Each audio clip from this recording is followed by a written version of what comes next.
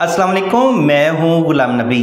Students, इस video में हम 11वीं क्लास की जो कंप्यूटर साइंस है उसके पहले चैप्टर का जो टॉपिक डिस्कस करेंगे वो है सीक्वेंस डायग्राम।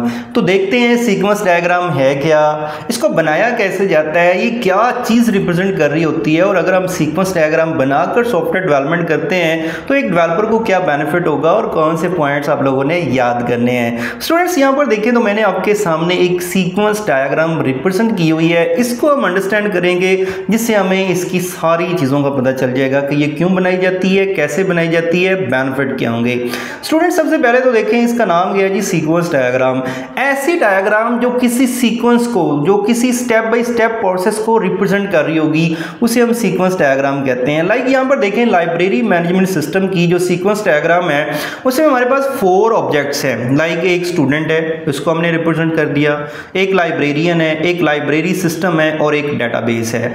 अब स्टूडेंट ने कौन सा इसमें एक काम परफॉर्म करना है, वो काम ये परफॉर्म करना है, उसने बुक जो है वो बारो करनी है, बुक की रिक्वेस्ट करनी है, बुक लेनी है, ठीक है। तो उसके लिए स्टूडेंट क्या करेगा, यहाँ पर देखिए एक लाइन ड्रा की हुई है कि ये रिक्वेस्ट जाएगी किसके पास, लाइब्रेरियन के पास, और उसके ऊपर भी लिखा हुआ है request to issue book. Okay, अब ये लाइब्रेरियन के पास हमारा मैसेज आ गया। अब ये मैसेज जो लाइब्रेरियन है, ये लाइब्रेरियन मैसेज भेजेगा किसको, भला लाइब्रेरी सिस्टम को, सॉफ्टवेयर को, उसमें अवेलेबिलिटी चेक करेगा। ओके, अब जो सिस्टम है वो एक्चुअली आगे मैसेज ट्रांसफर करेगा किसको, भला डेटाबेस। डेटाबेस स्टूडेंट्स सिस्टम के अंदर वो वाली जगह होती है जहां पर हमारा सारा डाटा स्टोर हो रहा होता है।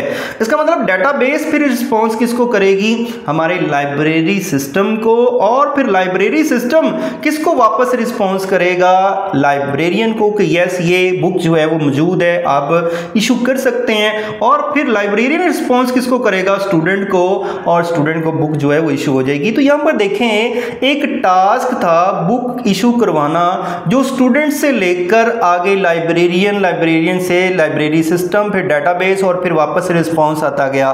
तो स्टूडेंट्स, इस डायग्राम के अंदर हमने रिप्रेजेंट किया एक जो टास्क था, उस टास्क को कंप्लीट करने के लिए हमारा जो मैसेज पास हुआ है डिफरेंट ऑब्जेक्ट्स के अंदर, उसकी क्या तरतीब है, उसको हमने ग्राफिकली या डायग्रामेटिकली रिप्रेजेंट कर दिया। तो इसे हम सिर्फ सीक्वेंस डायग्राम कहते हैं। जब भी स्टूडेंट सीक्वेंस डायग्राम बनाई जाती है ना, तो उसके कुछ रूल्स हैं। रूल्स क्या हैं, नंबर 1, आप पहले तो अपने ऑब्जेक्ट्स को रिप्रेजेंट करेंगे, जैसे हमने ऊपर ऑब्जेक्ट्स बना दिए, और फिर उनकी टाइमलाइन, ऐसे एक लाइन लगा के टाइमलाइन जो है वो बना देंगे।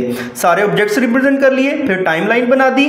उसके बाद एक ऑब्जेक्ट से हमारा मैसेज फ्लो होगा दूसरे की तरफ, तो आप सॉलिड लाइन लगाएंगे एरो वाली।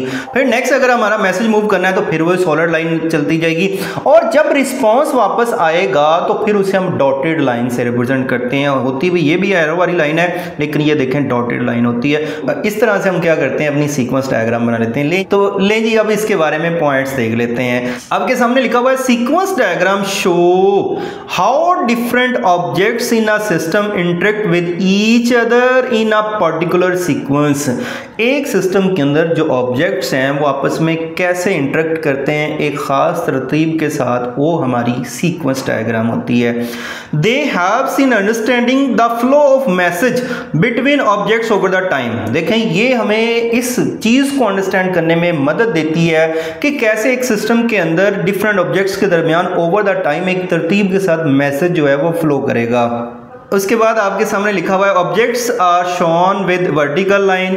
ऑब्जेक्ट्स हम लिखकर उसकी एक वर्टिकल लाइन लगा देते हैं। The interaction between them are shown as arrow. उनके दरमियान जो इंटरेक्शन है, जो उनके दरमियान कम्युनिकेशन है, उसको हम एरो सिंबल से रिप्रेजेंट कर देते हैं। यहाँ पर देखें स्टूडेंट्स, तो आपके सामने बुक वाली जो है वो सीक्वेंस डायग्राम शो हो रही है, और इसमें हमारे पास सिनेरियो क्या था, इसमें सिनेरियो हमारा ये था कि हमने क्या करना है, हमारे पास डिफरेंट जो है वो बॉक्सेस हैं, और उनके अंदर टॉयज जो है वो हमने इनपुट करने हैं। तो फिर इसके अंदर जो टास्क हमने कंप्लीट करना होगा वो क्या होगा, वो ये होगा स्टूडेंट्स, जो हमारा टॉयज बॉक्स है उसको ओपन करना, उसके अंदर टॉयज को पुट करना, और फिर उस बॉक्स को क्लोज करना। तो यही आपके सामने यहाँ पर देखें तो सीक्वेंस डायग्राम बनाई हुई है। पहले तो देखें हमने मेथड क्या करने हैं जी, ओपन करना है, बॉक्सेस को, यूज़र ओपन द बॉक्स, फिर क्या करना है हमने उन बॉक्सेस के अंदर रेलेवेंट जो चीज़ है वो पुट करनी है और फिर जो है वो बॉक्स को क्लोज करना है।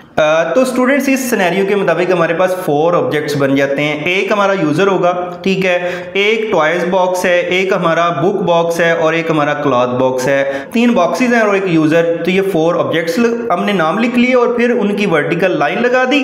अब क्या करना है, यूज़र ने हर बॉक्स को ओपन करना है। तो यहां पर देखें, यूज़र क्या करेगा, ओपन बॉक्स, टॉयज बॉक्स को ओपन करेगा, यूज़र क्या करेगा जी, बुक बॉक्स को ओपन करेगा और यूज़र क्या करेगा जी, क्लॉथ बॉक्स को ओपन करेगा। मतलब ये तो हो गया एक्शन यूजर का, जो हर बॉक्स को उसने कहा।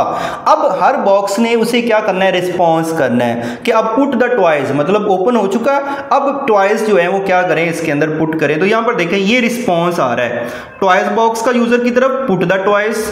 इसी तरह बुक बॉक्स का यूजर की तरफ, पुट बुक्स इनसाइड। और इसी तरह क्लॉथ बॉक्स का जो रिस्पॉन्स है वो आपके सामने है, पुट क्लॉथ्स इनसाइड। मतलब ये रिस्पॉन्स आपके सामने शो किया हुआ है।